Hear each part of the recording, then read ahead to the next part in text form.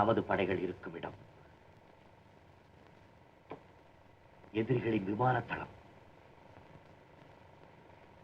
எதிரிகள் மறைவாக இருந்து நம்மை தாக்கும் இடம். Very good, very good. யார் இந்த படத்தை எழுதி அனுப்பியது? பிரில்லியன்ட் சாப். ஒருவேளை இதுவும் எதிரியின் சூழ்ச்சியா இருக்குமோ?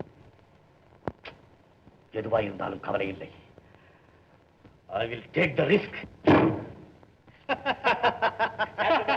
Yes, sir. Relax, relax. இரவு சரியாக 7 மணிக்கு எதிரிகள் மறைவாக இருந்து நம்மை தாக்கும் இடத்திற்கு நம்முடைய படைகள் புறப்படுகிறது. சேதத்தை பொருட்படுத்தாது, நம்முடைய உயிரையும் பொருட்படுத்தாது இம்முறை தாக்குதல் பயங்கரமாக இருக்க வேண்டும். எல்லோரும் தயாராகுங்கள். Yes sir. தேங்க்யூ.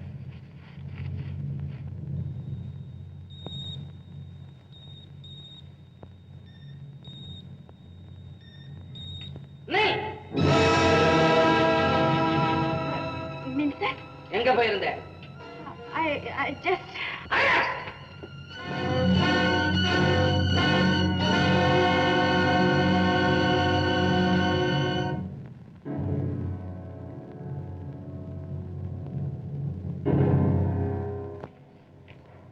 உன்னை கைது செய்ததற்கும் விசாரணைக்காக இங்கு கொண்டு வரப்பட்டதற்கும் இவை காரணங்கள். 1, தேச துரோக வேலைகளில் நீ ஈடுபட்டாய். 2, எதிரிகளுக்கு நீ உளவு சொன்னாய். 3, படை போகும் திசைகள் எல்லாம் படம் போட்டு எதிரிகளுக்கு அனுப்பி வைத்தாய். ராணுவ சட்டப்படி இவை மரண தண்டனைக்குரிய குற்றங்களாகும். இதை நீ ஒப்புக்கொள்கிறாயா? இல்லை, நான் குற்றவாளி அல்ல. இதில் துப்பு கண்டுபிடித்து குற்றவாளியை கைது செய்த அதிகாரியை அழைத்து வா. கேப்டன் மின்சார்.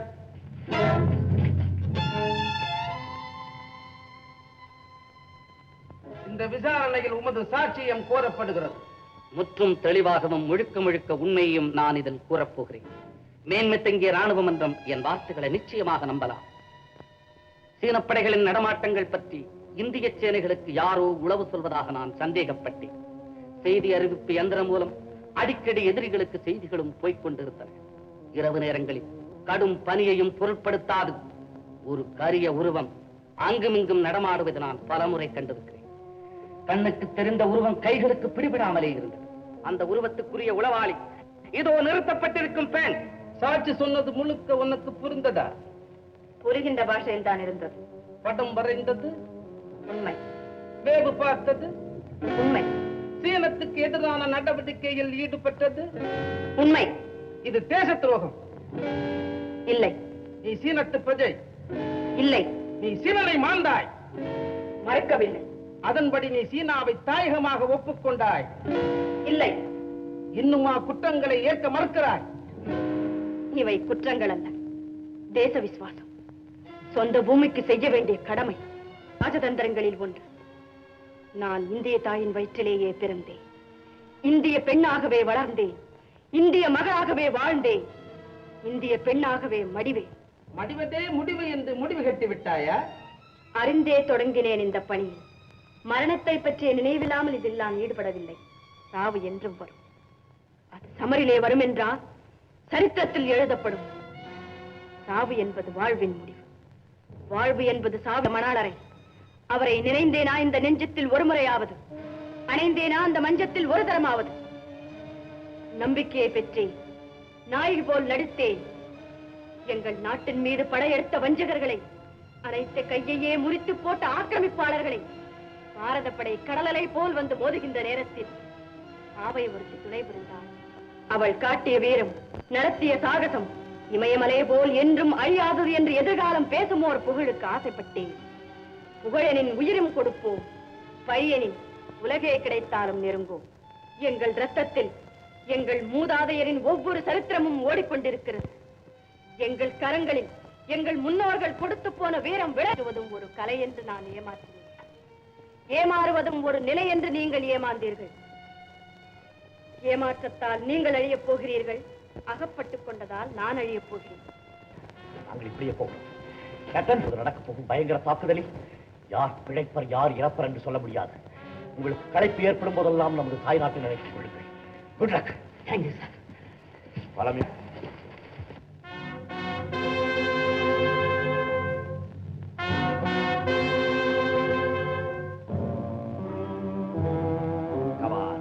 What?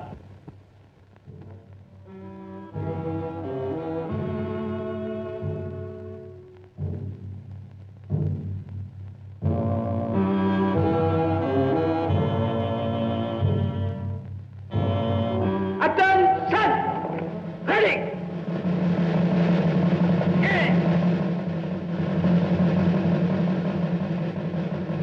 Jane.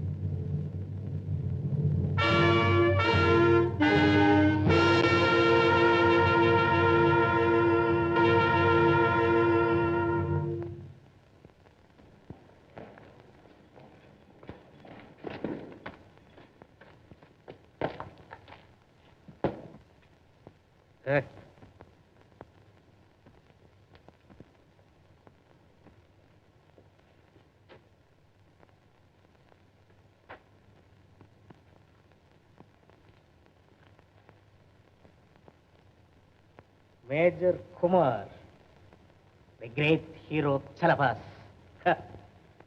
நீ கைதானதை பார்த்தால் எனக்கு பரிதாபமாக இருக்கிறது. என்னை கைது செய்ய நீங்கள் பட்ட கஷ்டத்தை நினைத்தால் எனக்கு பரிதாபமாக இருக்கிறது. ஏற முடியாத மலையிலே ஏறி நாங்கள் நடத்திய போர் தந்திரம் எப்படி? மலையிலே நடந்து வர கோவேரி கழுதைகளுக்கு கற்றுக் கொடுக்கவா வேண்டும்? எங்களிடம் கைதானதை பற்றி நீ கவலைப்பட வேண்டியதில்லை. இங்கு எல்லா விதமான உணவும் கிடைக்கும். உங்கள் உணவு எங்களுக்கு ஜீரணமாகாது. எங்கள் தேசத்தை பார்த்தால் அது போலவே நீங்களும் வாழ ஆசைப்படுவீர்கள். அந்த வறண்ட வாழ்க்கை எங்களுக்கு வராமல் இருக்க ஆண்டவன் அருள் புரிய வேண்டும். அவனை நாங்கள் நம்புவதில்லை. அவன் உங்களிடம் அண்டுவதில்லை. மனிதர்களை நாங்கள் மிகவும் நேசிக்கிறோம்.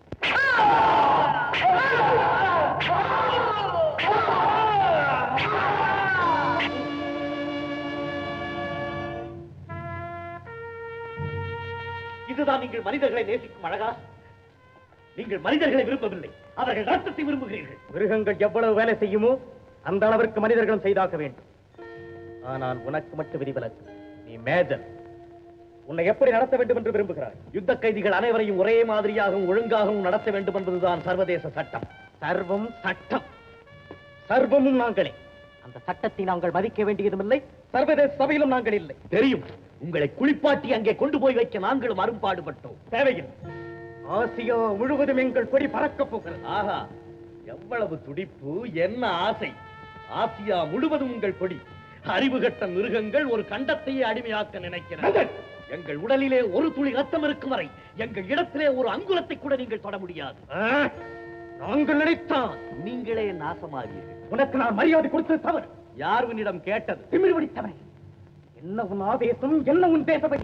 பார்த்து விடுகிறேன். அதையும் உன் உடலை கிழித்த ரத்தத்தை குடித்து விடுகிறேன். அதை மட்டும் தானே நீங்கள் இன்னும் சாப்பிடவில்லை, அதையும் செய்து விடுங்கள்.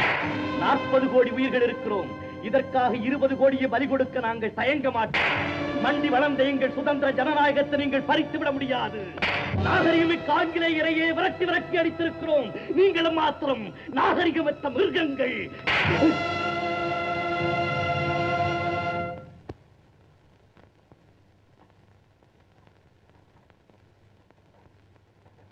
ஜெனரல், உங்கள் சக்தியை விட ஒரு உயர்ந்த சக்தி உங்களை கவனித்துக் கொண்டிருக்கிறது. அதை மறந்து விடாதீர்கள். எங்கள் சக்திக்கு வெல்லக்கூடிய சக்தி எதுவென்று பார்த்து விடுகிறேன்.